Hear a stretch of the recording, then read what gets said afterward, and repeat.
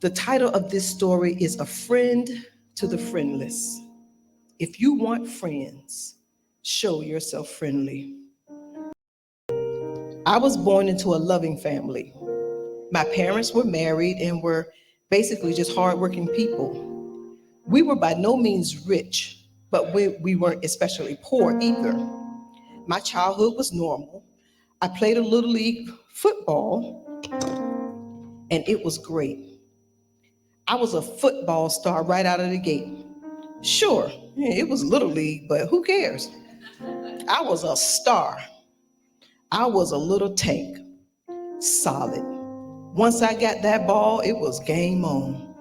Because of my size, I was dragging little scrawny kids down the field with no mercy. I continued to play football throughout the years, but the older I got, I realized that there were other boys that were just as big, if not bigger, than me. I struggled in high school with my weight, but not just that, I also struggled with my self esteem and how I looked.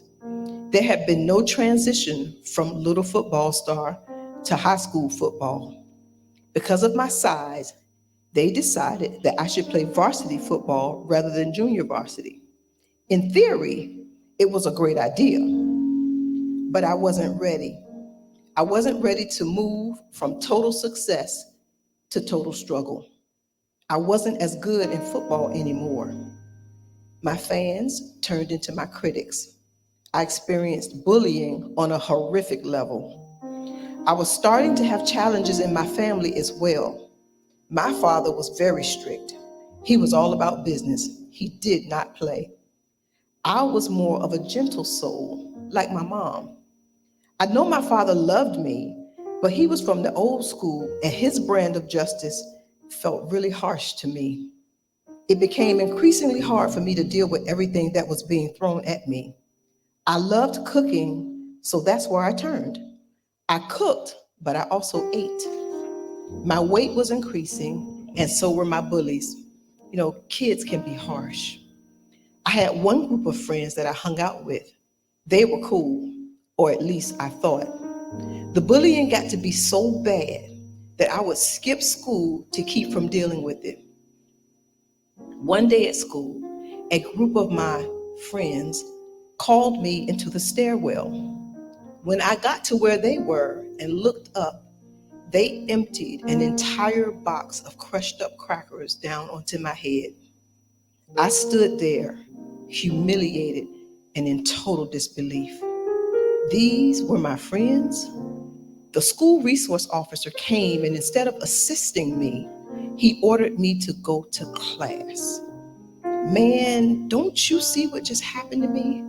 I am covered in broken up crackers. Go to class. Nobody cared. I felt like I had nowhere to return. Since my father was old school, he was not going to understand that I was being bullied, that I was not a fighter, that I didn't want to go to school. I didn't know how to fit in with the cool kids. I wanted to be accepted, I wanted to be liked, I wanted to be seen, I wanted to be heard.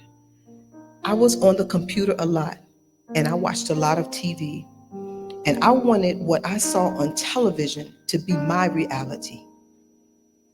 By the 11th grade, I became increasingly depressed. My mother took notice, and she was very concerned for me. I shared some things with her, but I didn't share much. She knew that my thoughts were of suicide. I felt powerless against what people thought about me.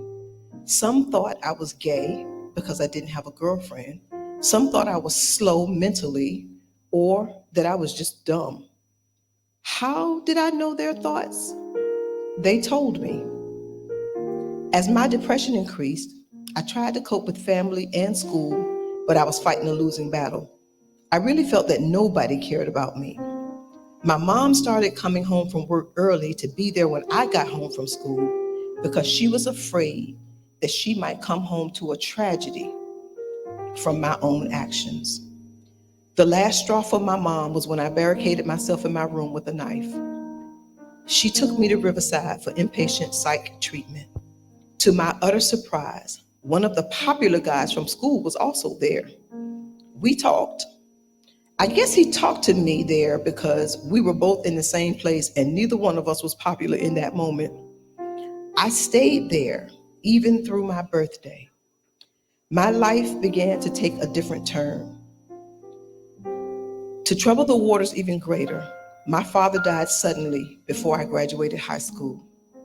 I still had the intense desire to be accepted and to know that people cared about me. I began to make quote unquote friends. I figured that if I had something to offer people, then they would be my friends. I had learned from my dad how to use a special device to copy VHS tapes. I would copy the tapes and sell them. I was so good that people would give me their orders and I would get whatever movie they wanted to see, copy it to a VHS tape, and sell it to them. From movies to music, if someone wanted it, I could get it. I was great with a computer, so before long, I became a computer hacker. I was very good at what I did and what I was able to get, and it got me noticed. I felt that I was finally being accepted.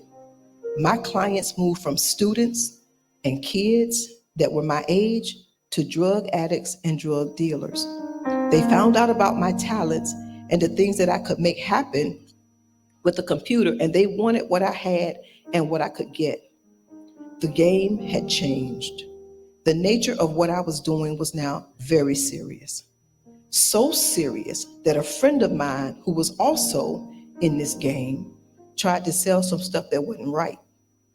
It wasn't on the up and up. I tried to talk him out of it. The dealers that we dealt with didn't play. I told him, I said, man, don't do that. Do you honestly think that they are going to let you get away with it? He did it anyway. The police found him. He had been killed and his body dumped. That should have scared me straight, but I was still fighting with wanting to be accepted, to feel useful. I had something they needed. At this point, I started getting deeper and heavier into pirating and later learning how to do ID scams and credit card scams. I was so deep into hacking into other companies and getting info that I got sloppy. And one day when I logged onto my computer, there was a cease and desist order from the US Marshals. They had tracked my computer's IP address back to me. You talk about a wake up call. I destroyed thousands of disks and deleted all the files from my computer because I did not want to go to jail. I had gone into a dark place because I thought I was going to be happy once I felt accepted. I was wrong. I started to do things a little better in my life, not much, but a little. A friend of my family needed a ride to the store one night, and I had a car, so I took him. He told me to wait in the car and that he would be right back. While he was in the store, he robbed it.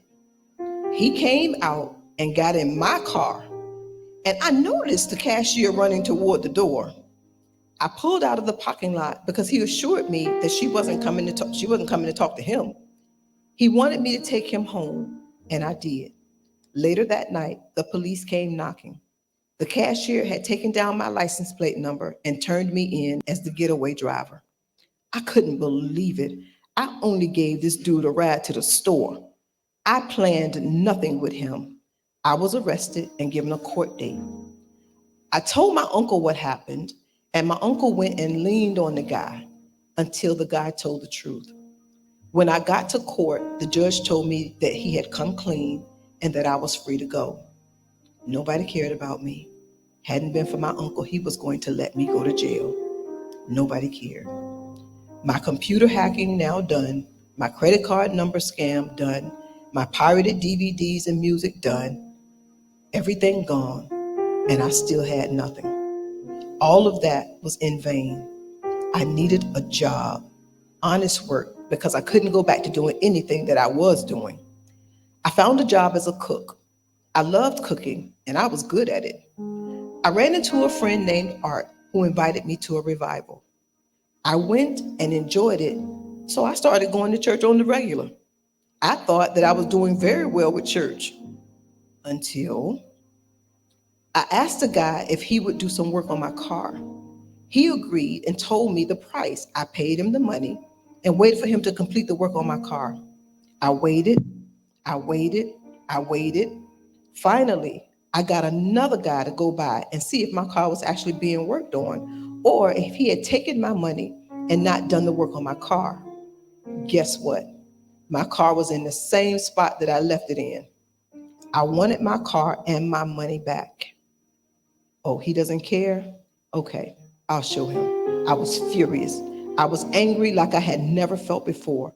I drove around looking for him but couldn't find him. I drove around for hours. I was furious.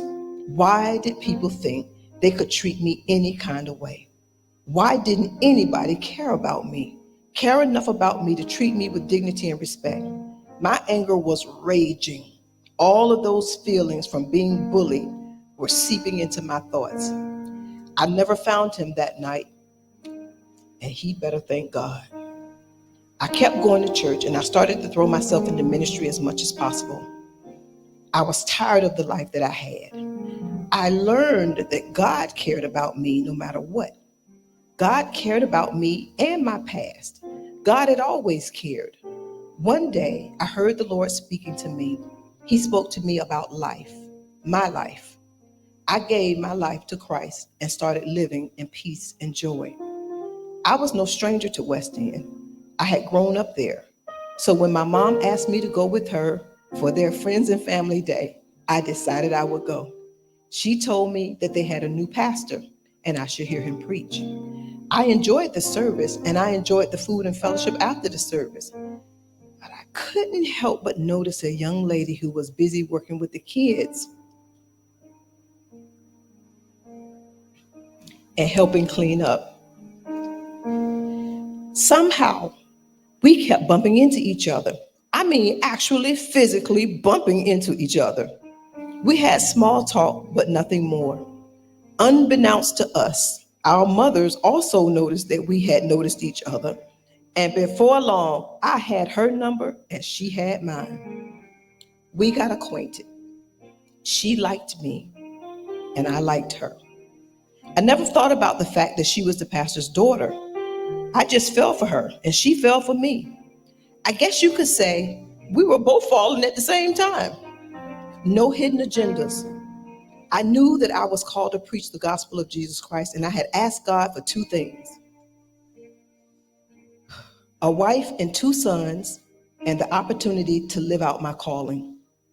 She had two sons, and she wanted me to come to church with her at West End. I told Bishop about my calling to preach, and he started me on the path to become a preacher who could stand firm and preach with conviction. I connected with Bishop, and he connected with me. Now, how am I going to ask him if I can marry his daughter? I left church one day, and even though I had seen him at church, I went home and called him. He said yes, then she said yes. And just like that, I was a husband, father of two sons, and a minister in training. God surpassed everything that I had hidden in my heart. All I did was surrender.